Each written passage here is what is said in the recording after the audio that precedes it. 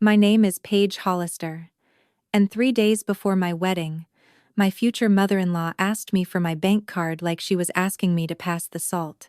It was a Thursday evening in Denver, the kind of early September night when the air outside still held the day's heat, but the windows had already gone dark. I was sitting at Beverly Mercer's dining table with a glass of water untouched in front of me, watching her smooth a stack of invoices with the flat of her palm. Across from me, Nolan leaned back in his chair, quiet in that practiced way I had started to recognize. Not peaceful, not patient, waiting. Beverly slid the papers toward me. "There are still a few wedding expenses left," she said. "Flowers, the reception balance, some family accommodations, nothing dramatic." I looked down. The numbers were dramatic. They were circled in blue ink, underlined twice, with little notes in Beverly's handwriting beside them. Then she opened her purse, took out a small white envelope, and pushed it toward me. "Put your card in there," she said. "And write the PIN on the flap so I don't have to keep bothering you." For a second, I thought I had misunderstood her. Nolan did not look surprised. That was the part I remember most clearly. Not Beverly's tone, not the invoices, not even the nerve it took to ask a grown woman for access to her bank account. It was Nolan's face, calm, almost tired, like this conversation had already happened somewhere else, and I was the last person being informed. I turned to him. "Are you hearing this?" He sighed, rubbed his forehead, and said, "Paige, if you're going to be my wife, your money shouldn't have locks on it." Something inside me went very still. I picked up my glass, took one small sip, and set it down carefully. Then I stood, walked to the hallway bathroom, locked the door, opened my banking app, and froze every card I owned. Before the story begins, please subscribe to the channel to support me. I have a small question. If a poor person is scorned by the whole village, do you think that person should remain silent or stand up immediately? If you choose to remain silent and wait for the right opportunity, type 1. If you choose to resist immediately, type 2. Now, let's listen to this story. I stayed in that bathroom long enough for my breathing to sound normal again. The mirror above Beverly's sink had a thin gold frame, polished so carefully I could see every line in my face. I looked older than I had that morning. Not because I was tired, though I was, because something had shifted. A woman can spend months explaining away small things, but there is a moment when the small things finally arrange themselves into a shape she cannot ignore. I did what I had spent years teaching credit union members to do when someone crossed a financial line.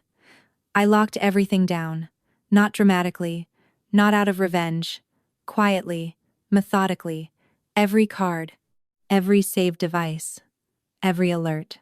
Then I photographed the invoices Beverly had left on the table and saved them in a private folder. I did not know yet whether I would need proof. I only knew that women like Beverly counted on confusion. They counted on everyone being too embarrassed to document what had happened. When I opened the bathroom door, the house was too quiet. Beverly stood near the stove, arms folded, her face arranged into wounded patience. Nolan was still at the dining table. He did not ask if I was upset. He did not ask what his mother had just made me feel. His eyes dropped first to my purse. That told me everything. "I'm going home," I said. Beverly gave a small laugh. "Paige, don't turn this into a performance. Weddings are stressful." "No," I said. "Being asked for my PIN is not wedding stress." Nolan's chair scraped against the floor. "Don't talk to my mother like she's some criminal." I looked at him then, really looked at him. The man I was supposed to marry in 3 days was not confused. He was angry that I had refused the role they had prepared for me. I left without another word. The next morning, Marisol Vega called while I was standing in my kitchen, still wearing the sweater from the night before. Her voice was careful. "Paige, I'm sorry to bother you, but the reception balance didn't go through." "How much?" $12,800. I held the edge of the counter. "Did I authorize that charge?" There was a pause. "No," she said softly. "Beverly told us you had approved it." By noon, Nolan had called 11 times. The first message sounded apologetic. The last one did not. "You're making my mother look like a thief," he said. I deleted it. Because finally, I understood.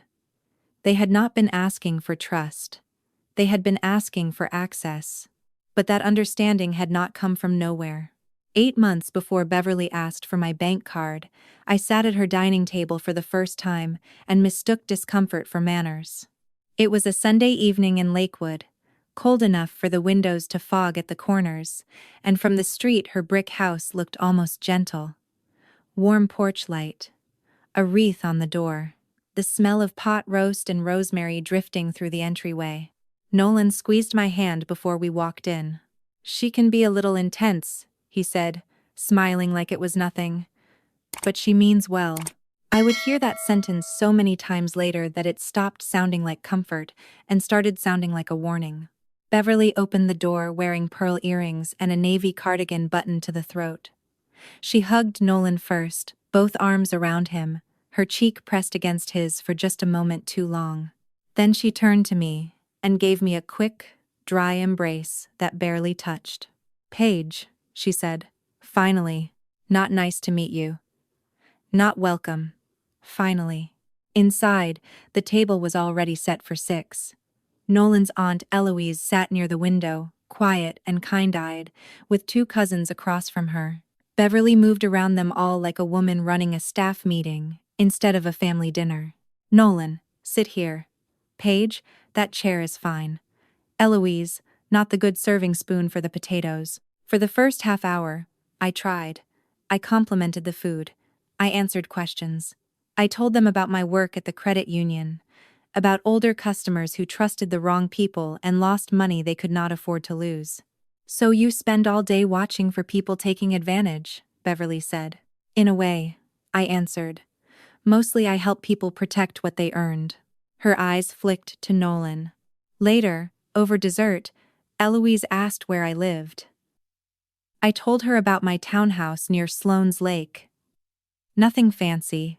2 bedrooms, a small patio, a roof I had replaced with money I saved after my divorce. Beverly set down her fork. "Divorced women are very careful with money," she said. The table went still. I kept my voice calm. "Experience teaches you things."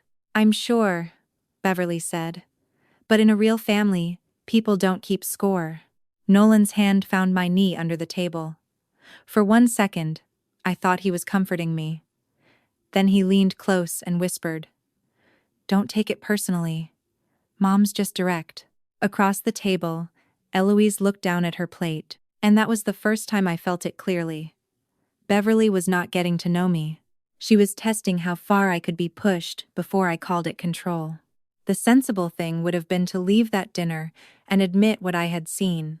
But people rarely walk away from one ugly sentence when it is surrounded by a dozen beautiful ones.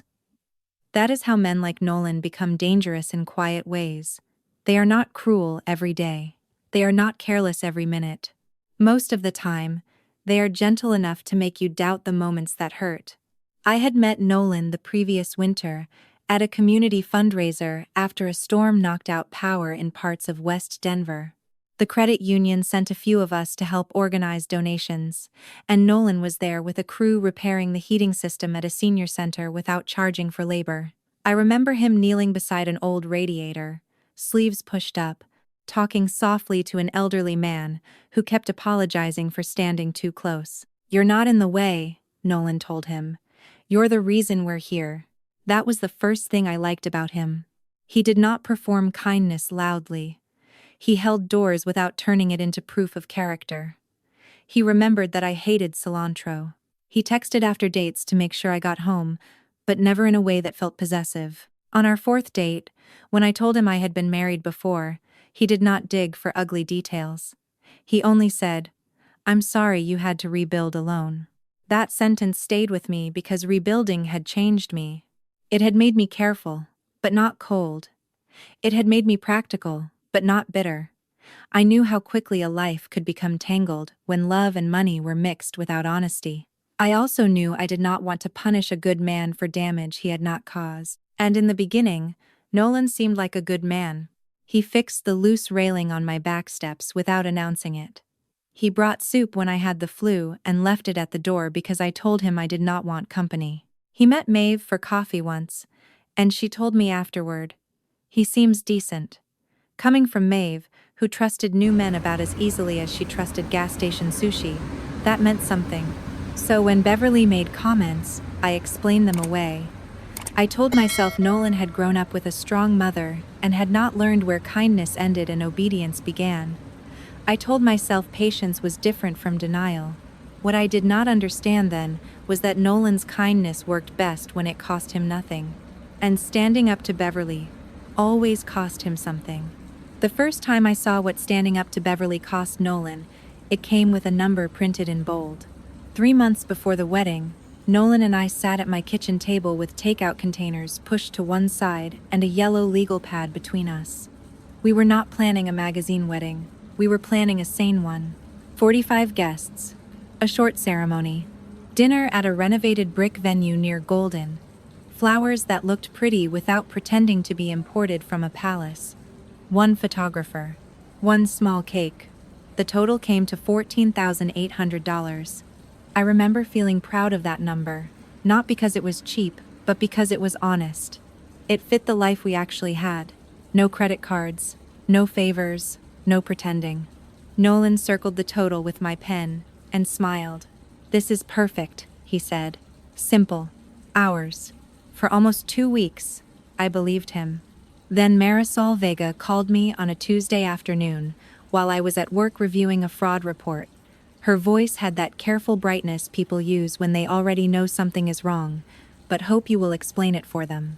"Paige," she said, "I just wanted to confirm the updated guest count and menu changes before we finalize the next payment." I took my glasses off. "Updated what?" There was a pause. "The reception is now 70. 3 guests.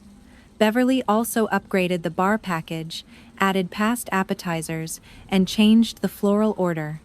The new estimate is $27,600. For a moment, the office around me seemed to pull back. "That can't be right," I said. Marisol lowered her voice. "Nolan added Beverly as a family contact last week. She said she was handling his side, and that you were aware." I drove to Nolan's apartment after work with the printed estimate folded in my purse. He was in the kitchen, rinsing a mug, and the second he saw the paper in my hand, his shoulders dropped. "So he already knew. You gave your mother permission to change our wedding?" I asked. He dried his hands slowly. "She was embarrassed, Paige. Some relatives would have been hurt. We agreed on 45 people." "I know. She nearly doubled the cost. She didn't mean it like that." I unfolded the estimate and laid it on the counter.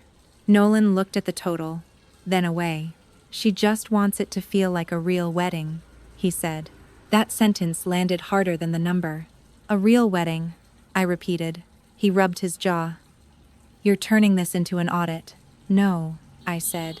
"Your mother didn't upgrade our wedding, Nolan.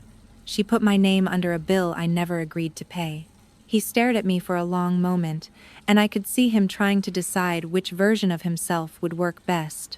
The gentle one would have reached for my hand. The guilty one would have apologized. The honest one would have admitted that he had let his mother step into a place where she did not belong. Instead, Nolan chose the tired one. "I can't do this tonight," he said. "You always make money sound ugly." I drove home with that sentence sitting beside me like another passenger. For 2 days, I did what I had always been good at doing. I functioned. I went to work. I reviewed reports. I answered emails. I smiled at members who came in worried about strange charges on their debit cards. I told them not to feel embarrassed, that people who wanted access always knew how to make their target feel unreasonable. Then, on Thursday night, Maeve came over with Thai food and the kind of expression that meant she was done pretending to be casual. She put the takeout containers on my counter, looked around my kitchen, and said, "Tell me exactly what happened. Not the version where you protect him." So I did. I told her about the guest count, the bar package, Beverly being added as a family contact, Nolan knowing, before I did. I told her about the words real wedding and audit, and how they had made me feel small in my own kitchen. Maeve did not interrupt. That was one of the reasons I trusted her. Emergency room nurses know when silence is not empty. They know when it is giving someone enough room to tell the truth. When I finished, she leaned back against the counter and folded her arms. "Paige," she said, "the problem is not that Beverly is strong." I looked at her.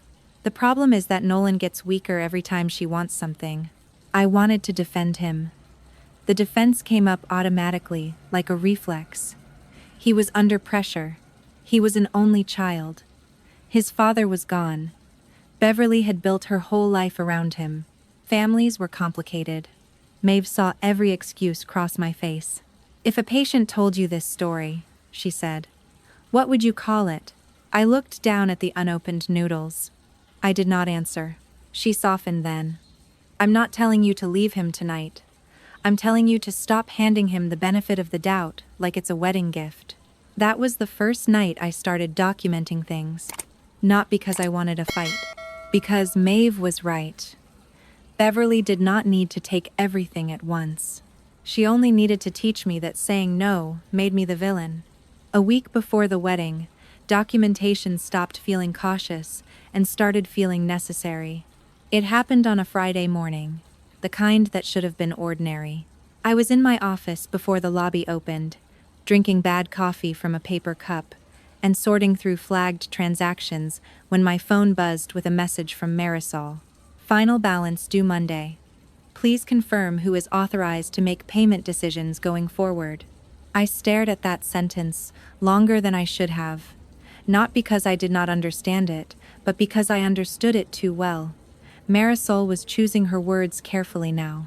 She had realized there was more than one version of this wedding being planned, and only one of them had my consent. I typed back that no charges, upgrades, or guest changes were approved unless they came directly from me in writing. Then I opened the shared wedding email Nolan and I had created months earlier for vendors. I was looking for the venue contract. What I found instead was an overdue notice from a jewelry financing company. At first, I thought it was spam. Then I saw Nolan's full name. My hand went still on the mouse. The email said his payment was past due by 18 days. The balance was not enormous by itself, but there were links at the bottom to other notices, other accounts, other payment plans. I should have closed it. I should have called him. Instead, I kept reading, because a person who hides one bill rarely hides only one.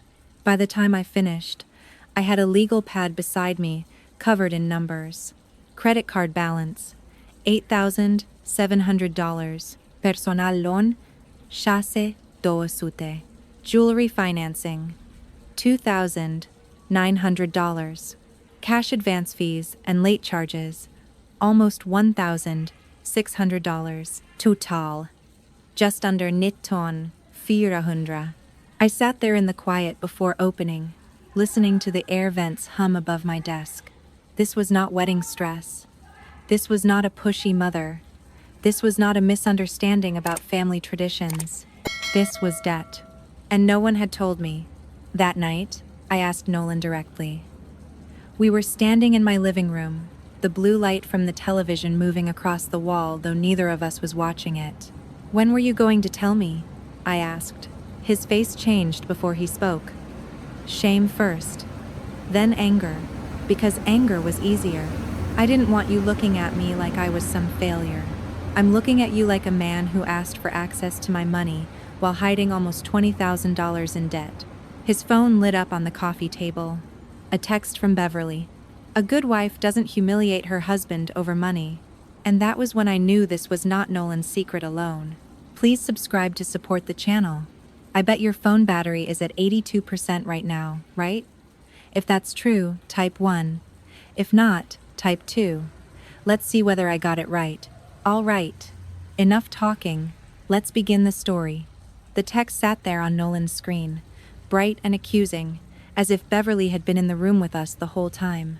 A good wife doesn't humiliate her husband over money. I read it once.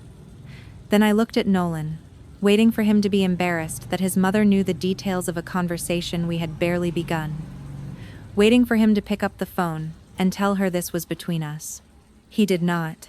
Instead, He reached for the phone and turned it face down. "That's not the point," he said. "It is exactly the point." "No, Paige. The point is, you make everything feel like an investigation." I almost laughed, but there was no humor in me.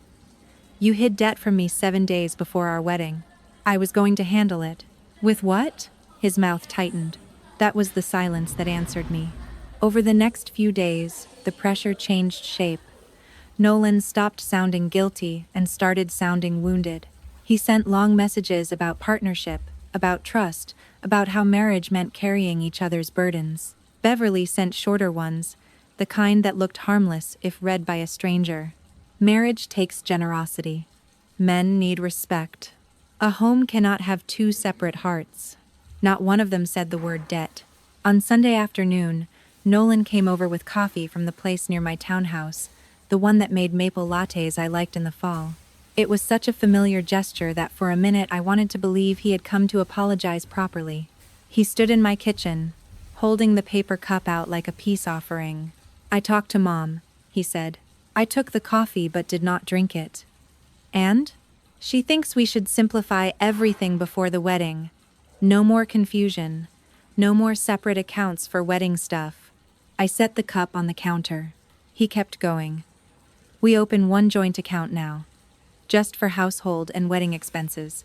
You put in 8,000, I'll put in what I can, and after the wedding, we'll even it out." "What you can," I repeated. His face flushed. "Don't do that." "Do what?" "Make me feel small." I stared at him, at this man who had once told me he was sorry I had rebuilt alone, now asking me to make myself financially exposed so he would not have to feel ashamed. "Nolan," I said, "you are asking for the rights of a husband before giving me the honesty of one." His eyes hardened. "So I'm still an outsider to you?" "No," I said quietly. "But my money is not a test of my love." He looked away first, and that told me Beverly had not lost control of him. She had trained him to call control family. That Sunday night, after Nolan left, I did not cry. I stood in the middle of my kitchen for a long time, the maple latte untouched on the counter, cooling beside my hand. Outside, a neighbor's dog barked twice and then stopped. The house settled around me with those small familiar sounds I had paid for myself. The hum of the refrigerator, the soft click of the thermostat, the floorboard near the hallway that always gave underweight. For the first time in days, I felt grateful to be alone, not lonely. Alone. There is a difference. I opened my laptop and spread everything across the dining table. Venue contract, catering estimate, floral invoice, the guest list Nolan and I had agreed on, the newer one Beverly had built without me, my bank statements, the screenshots of Nolan's overdue notices, the text from Beverly about a good wife. I did not organize them because I wanted ammunition. I organized them because confusion had been their favorite tool. If everything stayed emotional, Beverly could call me cold. Nolan could call me suspicious. They could take one boundary and dress it up as betrayal. But paper had a way of standing still. Dates did not cry. Numbers did not apologize. Emails did not change their tone when someone's mother walked into the room. At 10:38 p.m., I wrote to Marisol. No changes to guest count, menu, vendor payments, or billing may be made without my written approval from this email address only. No verbal approvals through Nolan or Beverly should be accepted on my behalf. I read it 3 times before sending. Then I wrote a second email, shorter, to myself, and saved a copy in a private folder. After that, I opened my credit union app. I did not shut everything down yet, not then. I told myself that would be too dramatic, that maybe I was preparing for a storm that would pass by morning. But I changed my alerts so every attempted charge would hit my phone instantly. I removed old saved payment permissions I no longer recognized. I checked every connected device. Old habits from work. Or survival. Sometimes those are the same thing. Near midnight, I texted Maeve. "If I go quiet tomorrow, call me. If I don't answer, come by." She replied less than a minute later. "I knew we were there. I'm with you." I sat back and looked at the table. A wedding was supposed to be flowers, music, signatures, family, vows. Mine had become contracts, passwords, invoices, and contingency plans. That should have broken my heart. Instead, it finally cleared my head. The next evening, Beverly invited me to dinner. She did not text me herself. Nolan did. That was how she worked when she wanted to appear generous. The message came in just after lunch. Mom wants us all to sit down before things get worse. No fighting, just dinner. I stared at the words for a long time. Things get worse. As if things were weather. As if no one had made choices. As if invoices and hidden debt and unauthorized changes had simply blown in through an open window. I almost said no. Then I thought about the wedding, 3 days away, and the part of me that still wanted one final, undeniable answer. Not hope. Not really. More like evidence my heart could not argue with later. So I went. Beverly's table was set for 3, but there was no meal on it. No plates, no silverware, no pot roast cooling in the kitchen. Just a folder, a pen, and a white envelope placed neatly beside my chair. Nolan was already there, standing near the window with his arms crossed. He looked exhausted, but not sorry. Beverly came in carrying a glass pitcher of iced tea. "Good," she said, as though I had arrived for an appointment. "We can handle this like adults." I stayed standing. "Handle what?" She set the pitcher down and opened the folder. Inside were printed invoices from the venue, florist, and hotel block. Some had sticky notes attached. Some had my name written beside the balance. Beverly tapped the top page with one polished fingernail. "This family has guests coming in. Deposits are due. Vendors need answers. You work in finance, Paige, so I know you understand obligations." "I understand consent," I said. Her mouth tightened. Nolan pushed away from the window. "Can we not start like this?" Beverly slid the white envelope toward me. "Put your card inside," she said. "Write the PIN on the flap. I'll take care of the payments in the morning, and this ugliness can be behind us." There it was. Not hidden under kindness anymore. Not softened by tradition. Just the demand, sitting bare on the table between us. I looked at Nolan. He did not flinch. "You're okay with this?" I asked. His jaw worked once before he answered. "I'm okay with my future wife acting like part of my family. And family means handing your mother my bank card? It means trust." "No," I said. "It means you want access without accountability." Beverly let out a sharp breath. "Listen to yourself. 3 days before your wedding, and you're talking like a loan officer instead of a woman in love." Nolan's face hardened. "You're humiliating my mother," he said. That was the moment the last thread snapped. Not loudly, not dramatically, just cleanly. I picked up my purse. Nolan stepped toward me. "Where are you going?" I looked at the envelope, then at him. "Home," I said, "and not to pack for our honeymoon." For 1 second, no one moved. Then Beverly made a sound somewhere between a laugh and a gasp. "Don't be ridiculous. You're upset. Sit down." I did not sit. Nolan followed me into the hallway, his steps heavy behind mine. "Paige, stop." I kept walking. He reached the front door before I did and put his hand on it, not grabbing me, not blocking me completely, but making the message clear enough. We were not finished because he had not decided we were finished. That was the old pattern in its final form. "Nolan," I said, "move." His face looked strange then. Not angry in the loud way.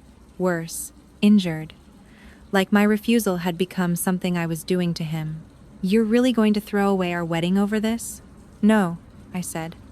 "I'm ending it because this is what the wedding revealed." Behind him, Beverly appeared in the dining room doorway. "If you walk out now, don't expect this family to welcome you back." I looked past Nolan at her. "That's the first honest thing you've said to me." The silence that followed was sharp enough to feel physical. Then another voice came from the living room. "Let her go, Nolan." I turned. Eloise Mercer stood near the fireplace with her purse still over her shoulder. I had not even heard her come in. Her eyes moved from the envelope on the table to Nolan's hand on the door, and her face tightened with the tired sadness of someone who had watched this pattern for years. Beverly snapped. "Eloise, stay out of this." "No," Eloise said quietly. I should have said something a long time ago. Nolan's hand dropped from the door. Eloise looked at me. You still have time to walk out before it costs you more than deposits. I opened the door and stepped into the cold evening air. I did not drive right away. I sat in my car with both hands on the steering wheel until my breathing steadied. Then I called Marisol. I'm canceling the wedding, I said. She did not sound surprised, only gentle. I'm sorry, Paige. Please send written confirmation that no further charges will be processed without my signature. I'll do that tonight. After we hung up, I sent 3 emails from my phone. 1 to the venue, 1 to the florist, 1 to the hotel. Same sentence in all of them. I do not authorize any additional charges, changes, or balances under my name. By morning, Beverly could no longer speak for me. Nolan could no longer smooth it over. Every vendor had my decision in writing. When Beverly texted that I was selfish, I finally answered, No, I just read the paperwork before signing my life away. For a few days, I thought silence would be the end of it. It wasn't.